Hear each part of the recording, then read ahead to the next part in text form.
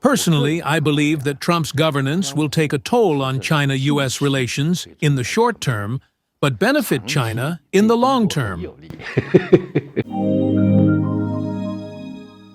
For Mr. Trump's chances of winning the presidential election, we had our predictions. I believe most Chinese scholars thought he would win, and I shared that view.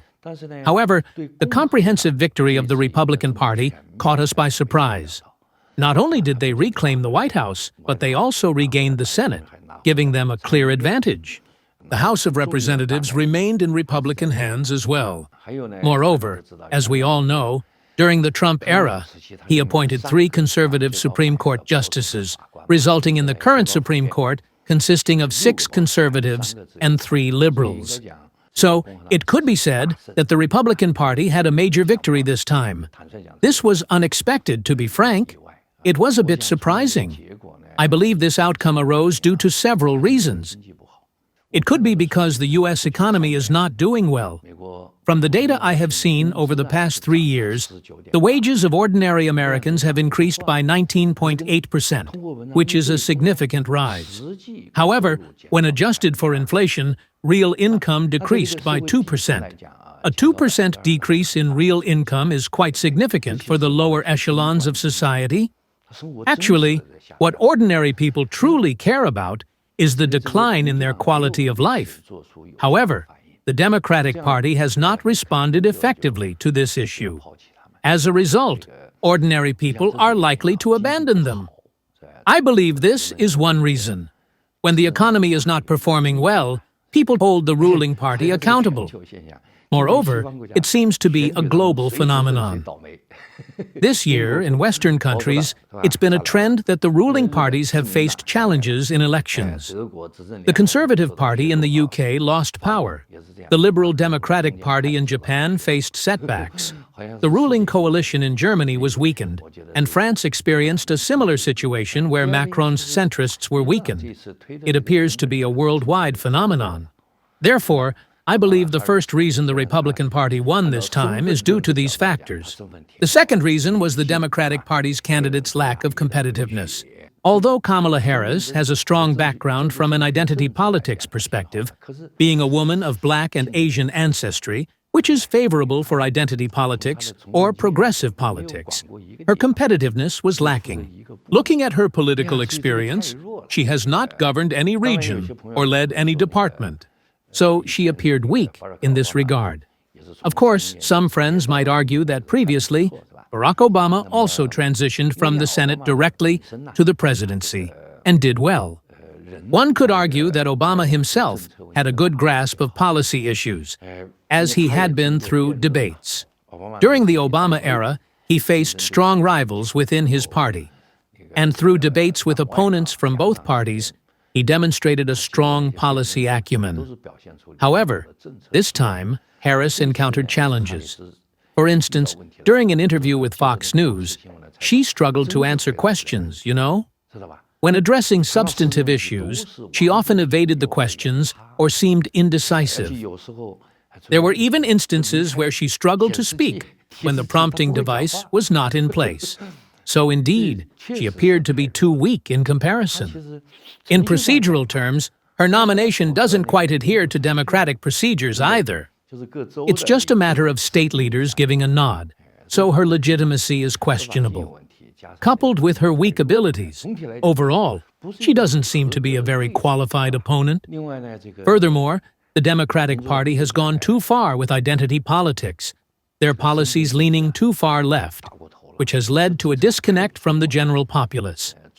Many have noticed this time around that not only, for example, Latino Americans, but also African American men have seen a significant drop in support for the Democratic Party. Additionally, support from married women for the Republican Party has greatly increased. While Harris might have captured the attention of young women, she lost a large demographic.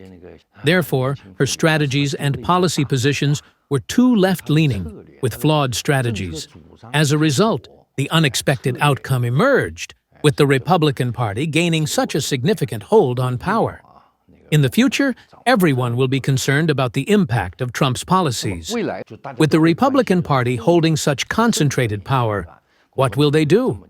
As it stands now, the Republican Party will certainly leverage their power advantage to advance their agenda. However, if they push too aggressively to the right, it may spark a societal backlash. From Mr. Trump's existing statements, there are several things he is certain to do. Domestically, he is definitely going to implement large-scale tax cuts, particularly for businesses. The purpose of these tax cuts is to reduce the burden on businesses. As a major goal is to revitalize the American economy, with a focus on revitalizing the manufacturing sector. To revitalize manufacturing, he will cut taxes for businesses, thereby reducing their tax costs. Another crucial aspect, which could have significant global implications, is his intention to withdraw from the Paris Agreement and roll back many environmental regulations. This means that oil fields near the coast of Florida and oil reserves in Alaska will be exploited. This move aims to lower oil prices in the U.S. and reduce energy costs for businesses. Additionally, this development could benefit China, as it is the largest importer of oil. Lower oil prices would benefit China, but it may not be favorable news for Russia, as it heavily relies on oil revenue.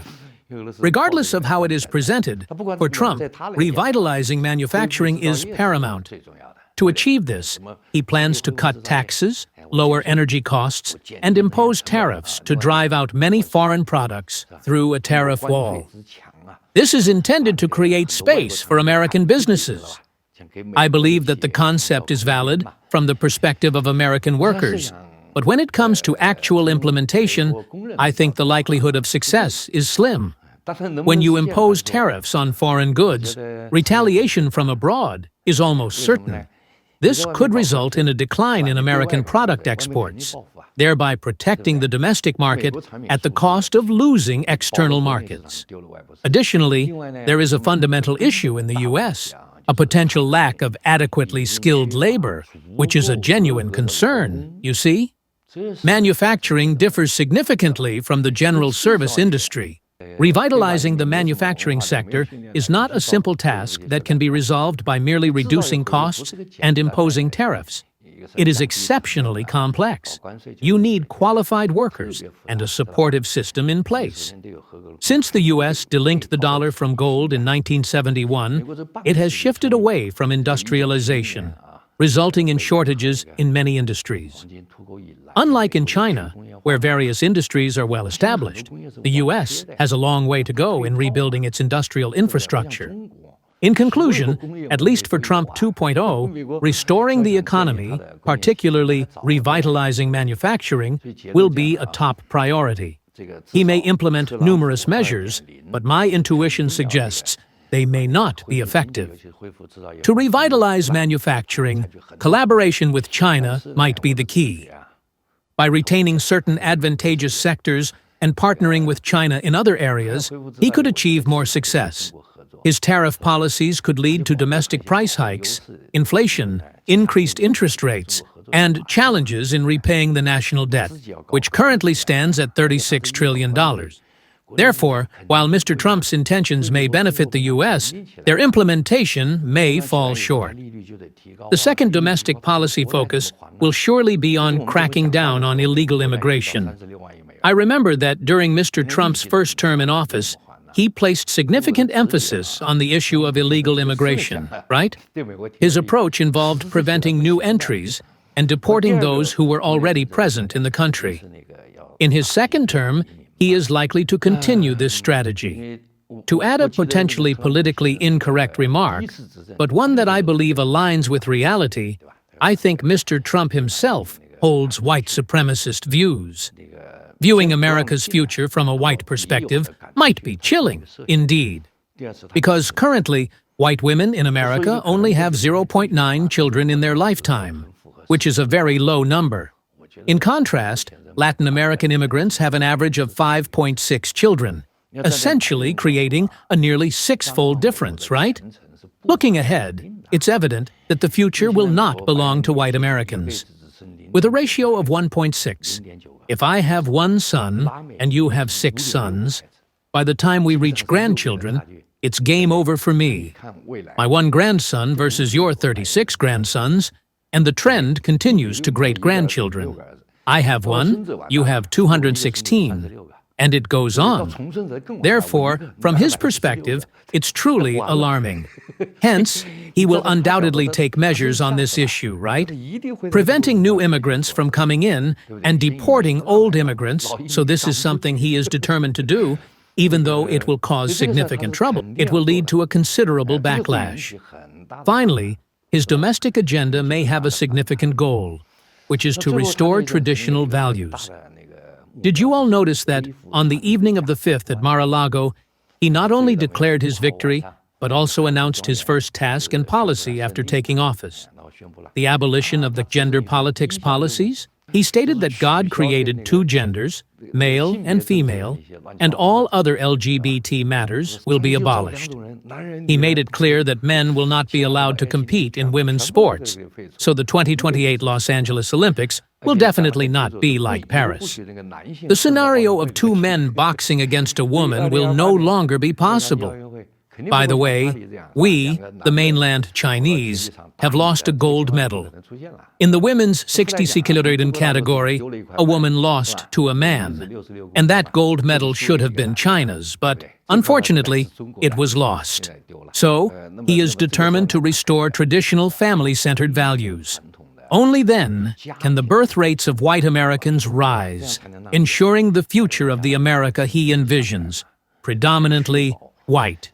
However, I estimate that this kind of value adjustment will stir up significant controversy. In any case, due to time constraints, I deduce that at least in his domestic policies, Trump 2.0 will focus on 3 main tasks: revitalizing manufacturing, cracking down on illegal immigration, and restoring traditional values. From the perspective of the MAGA movement, these actions are necessary. But from the opposition's standpoint, it's akin to the end of the world. Therefore, the future of U.S. domestic policy will undoubtedly be exceedingly complex. As foreigners, we are concerned about their foreign policy. I estimate that a key characteristic of their foreign policy will be a return to isolationism. The strong isolationist stance in American history was replaced by internationalism after World War II, but now they are reverting back to isolationism. The general trend is to reduce America's responsibilities, decrease its financial burdens, and shift the burden onto allies, which means that American allies are in for a tough time as each one will have to pay up. Additionally, they will certainly engage in trade wars, imposing tariffs not only on China, but on all countries. While he mentioned a 20% tariff for all countries, the tariff on China will be 60%, leading to a bloody battle in the field of trade. Globalization may experience a setback, which is something we can anticipate. Furthermore, the resolution of global issues will be affected. There is a high probability that they will withdraw from the Paris Agreement, leading to the breakdown of cooperation on transnational issues like climate change, public health concerns such as SARS or COVID-19, transnational crime, cybercrime, and even space-related matters. I presume these issues will be put on the back burner, which the whole world will have to contend with. His allies will likely be trembling in their boots. They will face criticism, financial demands, and increased responsibilities. Additionally, there are 2 issues that everyone is particularly concerned about. One is his claim to swiftly resolve the Russia-Ukraine conflict, but in reality, it is quite challenging. He has likely underestimated the complexity of this issue. I believe he will, in some sense, facilitate negotiations between Russia and Ukraine. But whether a resolution can be achieved remains uncertain. Currently, due to the lack of details, it's like he's boasting when he mentioned solving it in 24 hours. We can only speculate. My guess is that he may aim to assure Russia that Ukraine will not join NATO, because Russia's bottom line is that Ukraine remains neutral and does not join NATO. Ukraine must serve as a buffer zone between NATO and Russia, a concession that may deal a significant blow to Ukraine psychologically. However, in order to appease Russia, I believe he may agree to this arrangement, as he has the capability to enforce it, being the leader of NATO. Another possibility is that he may tacitly allow Russia to keep Crimea and eastern Ukraine, accepting the current occupation as the status quo. A ceasefire could be established, eventually forming a European version of the 38th parallel between Russia and Ukraine.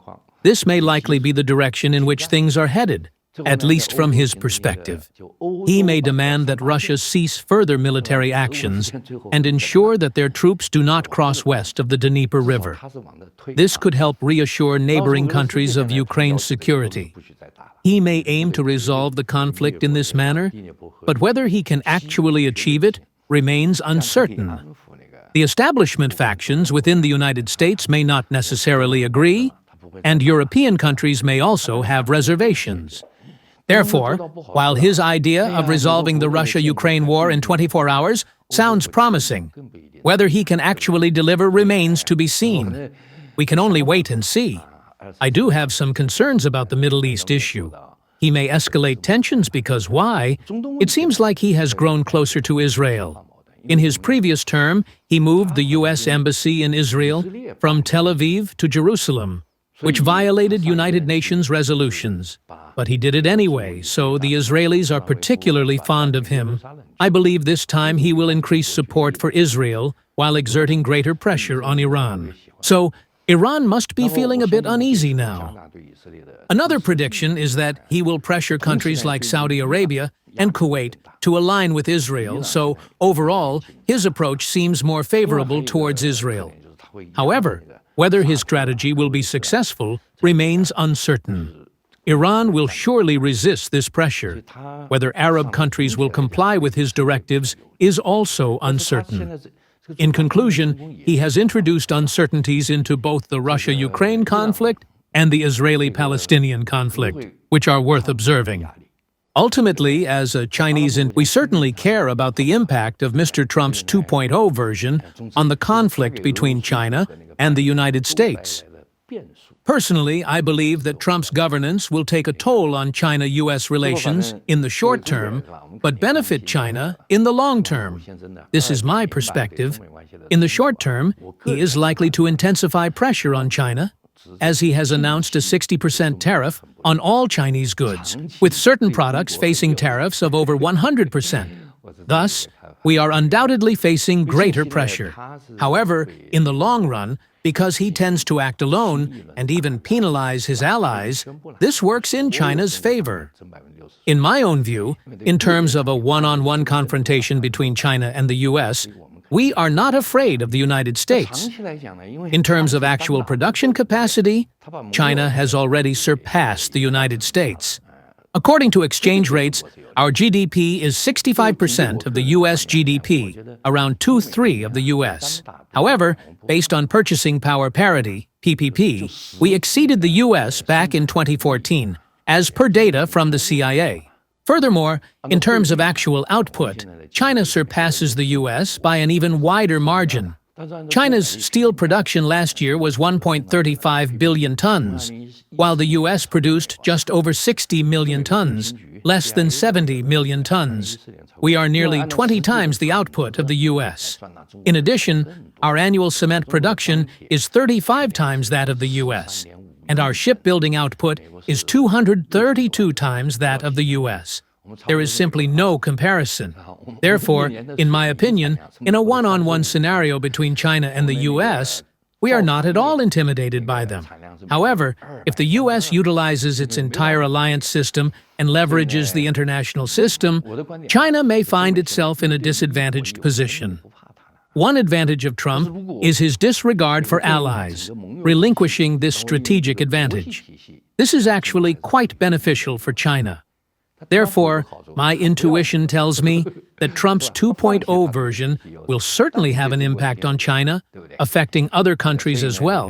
The impact on China may be more significant. Nevertheless, I believe that China is well equipped to handle whatever comes its way. 没有问题。